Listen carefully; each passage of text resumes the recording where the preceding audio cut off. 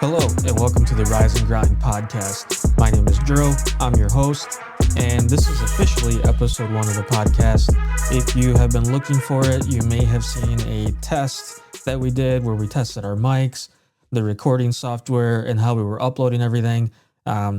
So if you didn't hear that, you don't have to. It was garbage. It was just me rambling on for a couple minutes, testing everything. Officially, this is our first episode. I'm excited to go and speak with our coach Boogaart, kind of get a preview of our men's team as we're getting ready to head against Cincinnati down in Ohio. So we'll speak to Coach Boogaart and then have a little bit of a recap to close it out. But for now, welcome episode 1 of the Rise and Grind podcast. So we've got Coach Boogaart here. Coach is entering his second season as the head coach of the Riser men's after previously assisting with Debbie Peckle on the women's side for an arena season before there wasn't a Risers women arena anymore. But Coach, how are things going? How you doing? Hey, going great. Looking forward to season starting up. I'm really excited. Finally get to have a game this weekend coming up. A lot has changed for me over the year. Have 2 granddaughters now in my life, so personally that's keeping me busy on there. But also how I'm organizing the team this year. After kind of a year under my belt, like you had mentioned, I learned a lot of valuable lessons that I learned from last year, which meant making some adjustments and building some new relationships to make this year even better. I mean, we finished really strong last year, so I know expectations are going to be naturally higher this time around. Yeah, that's awesome. So you kind of already started to go down to the next question there, but how are you feeling about the squad so far this year? I know you had tryouts there at the end of November, and previously we were supposed to play the Swerve a week after tryouts, just on Black Friday weekend, but we're snowed out. But how's the squad looking? The squad's looking great. We kind of had to get things started a little sooner this year than we have in the past because of that planned early game in there. So we had to bring things together a little quicker than we had in the past with there, but we had tryouts a couple days after our normal practices, and we got a lot of new guys in, a lot of very good, talented players in here that want to be part of the system that we're building here at the Risers. There's so much talent here in West Michigan, and now we've got a lot of players from South Michigan too that are coming up this way. So it's good. I like to see that because it's kind of showing the culture that I'm trying to build here at the Risers, where we're looking team first and in creating a higher expectation. So the guys that at the practices that have been there, we do have a lot of guys at practice, like close to a little over 50 sometimes. But they know that because of the higher expectations, it's a requirement that they're going to have to work hard to really bring out the best talent. So I will play the best players that we have out there and the best team that we can put together. Hopefully those two combine, but it'll always be the best team so that we can get a winning culture here at the Risers. I know it's a long process that we have, but we'll continue to go because my ultimate goal here is to bring a championship home for the Risers here. Yeah, that's awesome. And yeah, like you said, 50 players in a player pool can get pretty extensive, especially in arena with 6 on the field. So have there been any guys that have stood out to you, whether they're new players or older players still kind of hanging around? Yeah, we still have some. So hanging around, as you would say, but still really quality players on there. We have BB coming in, Brandon Edwards. We have Cody Loss coming back as well and showing really well out there as well. We had a few others that we have Emlyn Zukic that's coming back. See him there. And Fee is also coming back. Ficret on there. Franco Calabrese, some of the names that people probably recognize over the last couple of years. Yeah, awesome crowd favorites there. Yes, very crowd favorites on there. But we also have a few new guys. We have Emmanuel Vasquez,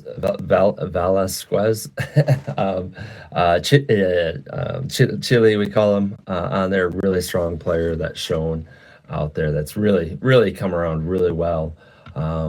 We have Guess thinking through my list.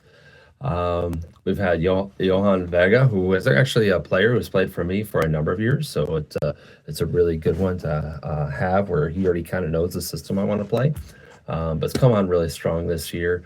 We have a Josh DePriest that's also come, and that's a fairly new name for us here. He kind of comes from both the Dallas and the St. Louis programs before, playing at a very high level in there, but looking to still play with the team right now. So he's coming up and playing with us on a regular basis, which has really helped out quite a bit on there.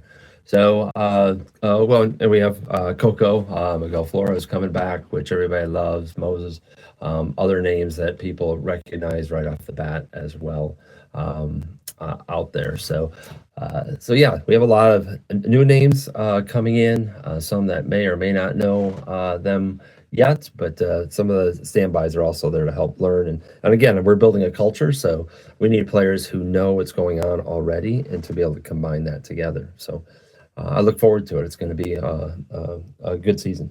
Yeah, absolutely. And like you mentioned, a lot of crowd favorites there. I've been to practices, so I've been able to see the newer guys blending in with the older and experienced group, and it's really exciting to see the older guys kind of bring the younger dudes under their wing a little Yep. bit and be there for them. But certainly excited. I will be talking to Cody and BB and Coco probably as the next conversations for this podcast, because I know for Cody alone, I think he's on year 10 of being a riser. Yeah. So Yes. he's been with it as long as it's been alive almost. And Johan Yes. being Yes. the OG Wanderer back in the day is it's cool Yes. to see some of those guys kind of come back out. But with that, Cincinnati on the road this weekend, take two. So got canceled the first time because of a snowstorm, kind of in between hitting West Michigan. Funny enough, there's a snowstorm hitting Cincinnati on Saturday about the time that we're getting there. So that's going Yeah. to be fun. But thankfully, we don't have to worry about traveling back and all that. But how do you feel about this one? Yes. Cincinnati, kind of an old rivalry. You haven't coached against them as a riser coach, but as Wanderers, we were very familiar with this group. So how you feeling about it this weekend?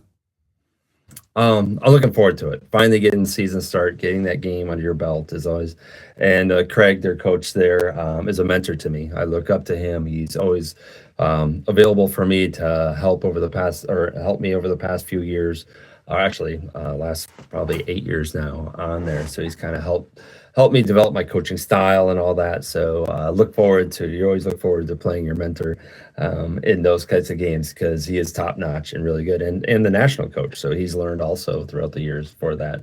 So to be playing a coaching against somebody at that level is a good challenge, and look forward to it. The players are excited to finally get a game under there as well. And like I say, the first snowstorm was really going to hit for most of the travel. This one looks like it'll hit down there. So, and we're a little more prepared to be able to stay down there too this year. So, should be a little better. So, look forward to it. It's going to be good. I know both Cincinnati and us. It's our first game of the season, and they have some new players. We have some new players. So to break them into this game for this upcoming season is going to be a lot of fun. Yeah, no, and you're right. Our whole conference in general hasn't played a match yet. While there's the Eastern Conference that looks like it almost played like half their season already, which is kind of crazy. Yeah, I saw that. But yeah, no, I'm with you. I think there was the crew was really hyped up the first time around, and a little bummed that we couldn't make it happen. And I think even more so this time around, the guys are ready. A couple more practices under our belts, but the same for Cincinnati. It gave them some more time to prepare, so it's going to be an interesting one, and always a battle. Yes. So one question that I'm going to pose to you that we've gotten on our social media, anyone that I talk to, you always hear, well, Muskegon moved down this year from M2 to M3. So I'm curious, Yes. why the move? I know you were part of those discussions with Matt Schmidt, kind of when it was going on and being talked about throughout the year. So why the move from M2 to M3? Really, it happened to be cost and logistics more than anything. This year, the league is growing, which is good. A lot of new teams building. The M2 level was building really strong, but also building in central U.S., not necessarily the Midwest. We were going to have to travel a lot. Oklahoma City was on our docket. Omaha, two Iowa teams this time. Minnesota, northern Wisconsin were all on that list to play. And our shortest trip was really almost 8 hours to get to a game. We didn't find that feasible. The talent was there and good, but we also recognize that the talent at level three around here is pretty strong as well. So we decided to not have to take a whole weekend out. Scheduling was getting to be a nightmare between all those teams too. We couldn't double up any weekend. We couldn't find any way to make it feasible for us to travel and spend 16 hours on the road for one game at all those places. And so we made a decision to kind of see what M3. We knew the talent levels pretty strong at that level. Cincinnati, Detroit, in there. So we decided to just go down only for that reason at all. Talking to the league, they're going to look at next year getting more teams by us up to the M2 level, which we can probably go up at that point. So the only reason was logistics more than anything. We loved being at that league and that level and could compete as we showed last year at that level. So that was really the bigger reason to just go to M3. So our poor players wouldn't have to sit in a van for 16 hours on a weekend. Yeah, they can that's actually brutal. That's brutal. play valuable games. Yes. Yeah, and for anyone listening, if you haven't had to spend time in a 15-passenger van, crammed with your bag probably on your lap for 8 hours, I really don't suggest you try it, but I guess you could, and you could see what that's like. Because it's not. Yeah, making those trips wouldn't have been easy, and just logistically, it's a tough one, but financially, that's a big undertaking because you can't really rely to drive 8 hours there, 8 hours back to save Nope. money on hotels and have it be safe for everybody. Yep. So now that makes sense. And I know the M2 has actually already announced the first edition in our Great Lakes region, we'll call it. That may not be what the conference is called, but Youngstown is looking to put a team in the M2 again, and it sounds like there may Good. be an affiliation between Cincinnati Swerve and Youngstown, with the Swerve being in 3, Youngstown being in 2. It sounds like there's some sort of partnership forming there with Craig kind of being involved, which you mentioned Good. before. He's the guy that knows arena, and everybody has learned from him. It seems that way. Yes, it does. Yeah. He's a wealth of knowledge, and he's always willing to share and help in any way.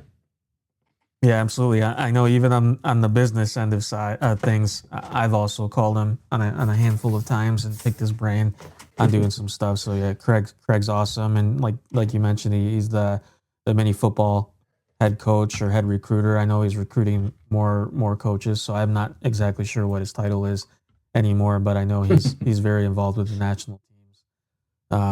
So Yes. cool guy to know. Well, I don't want to put you on the spot and give a prediction on this weekend, but I guess what do you expect from your team without giving any sort of game plan away and all that? We don't have to do a score prediction unless you want to, but what do you expect kind of from your group going down to Cincinnati this week? From Cincinnati, I do expect a high-scoring game. Typically, that's the way beginning of the season kind of goes because defense together is very tough to keep going. So it is it's very very tough to keep together with multiple players on that and just getting to know each other. So I do expect a high-scoring game. I would expect that we would probably go fairly close to each other. Looking probably about a 9-8 type of game that we'll see, if not even a little bit higher. And of course, us on the winning side. So it's I'm looking forward to it. I know we're going to see some defensive lapses on both sides on there, but our players that have been dying to score should probably have their chances this weekend. Yeah, absolutely. I'm excited for it. I'm thankful I get to go down and make the trip and catch the match. Unfortunately, there is no live stream for this week, so we'll have to find a way to get our fans the game film. But we'll be posting quarter updates, doing everything that we do on social media, and keeping everyone informed. But there will be live stats available on MuskegonRisers.com. So for any of you guys listening that are trying to follow along, MuskegonRisers.com and our Instagram and Facebook stories are probably going to be where the updates are had. Um, so thank you, Coach Boogaart, for your time. Um, good luck this weekend. Thank you. Go get them. Let's get that first dub and start the season on the right track. Awesome. Thank you very much. Well, awesome. Thank you, Coach Boogaart. Coach Boogaart oversees our men's and our women's arena team. I forgot to mention in his intro that he also is the women's arena coach for the Risers. We're super excited to have them back. We'll kind of do a preview for the women's group, probably in another week or so, as they kind of get closer to their first game, and we really kind of see what's coming together with that group. Super excited that we're restarting all of those guys. But Mike's awesome. I got to meet Mike because of Arena Soccer. It kind of brought us together back in like 2017, I believe, when we were doing a team called the Wanderers that also played in Arena. And back then we had an affiliation with the Muskegon Risers. So it's kind of cool to kind of bring it full circle. And Mike and I are working together again under the Risers umbrella. So super cool. Mike's great coach, even greater person. So I hope anyone that listens to this gets a chance to meet him, and any of our fans, please say hello to Mike. He'll certainly love to meet you, give you a high five. He typically has some sort of giveaway somewhere hidden in his pockets, whether it's stickers or something. So, yeah, introduce yourself to Coach Mike, and he'd love to meet you. But we wish our boys good luck on the road at Cincinnati. They're definitely always a tough squad. They're well coached.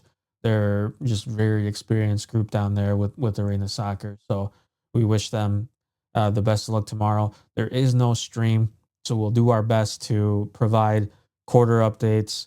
Where we also expect to have live stats where you should be able to see those MuskegonRisers.com and follow along. If for whatever reason there's an issue with Arena or the signal to get the live stats going, again, we'll do our best to get live stats on our Instagram and Facebook stories. We'll kind of post on both, so you can kind of catch it depending on what platform you like to use. So please make sure you're kind of following along once the game starts, which is slated for 8 p.m. Eastern time. And make sure you are following us on Facebook, Instagram, X, formerly Twitter. We're on YouTube, where we'll post a different version of this podcast as well, and TikTok. So TikTok's the big one where we're seeing some growth. So we decided to join the game there and start posting some TikToks. So kind of be different content over there, a little more fun with the players. But make sure you follow us if you have a TikTok account. Enjoy doom scrolling over there, as it's called. So, yeah. Also, make sure you get your tickets. Home opener January 9th, kickoff at 7 p.m. versus Detroit Waza Flow. Kind of the OG rivalry is reignited again from back in year one, when there wasn't even goals put into the wall. We actually were bringing in physical goals into the arena and putting those on turf. So that goes way back for the Risers. And then our women's home opener will be January 24th in a doubleheader. So anytime you get tickets for a doubleheader match, you're getting one ticket, gets you a ticket or entrance to both games for no additional cost. And the time in between won't be very long. We're used to having a little over an hour and some in between those doubleheader games. We're going to shorten that under an hour, and we're working with a potential World Cup sponsor for some really cool in between game um, events for those couple women's games that I got to see a preview of today, and I'm super excited for you all to be able to see what's going on there. I won't share too much because I want to make sure it's happening before I talk about it. But it's really cool if we can pull this off with this World Cup sponsor. So look for more to come on that. Get your tickets, muskegonrisers.com/tickets. Season tickets, single game tickets are also available there. Follow, like, subscribe, whatever you do with this podcast. It's on Spotify, Apple Music, Amazon Music, iHeartRadio, and YouTube. So make sure you help us share it. If you have ideas, comment in those various platforms what you'd like to hear. This was our first one, so probably not going to be great in the grand scheme of things. But thank you for listening. If you made it this far, you're a real one. Until next time, go Riser.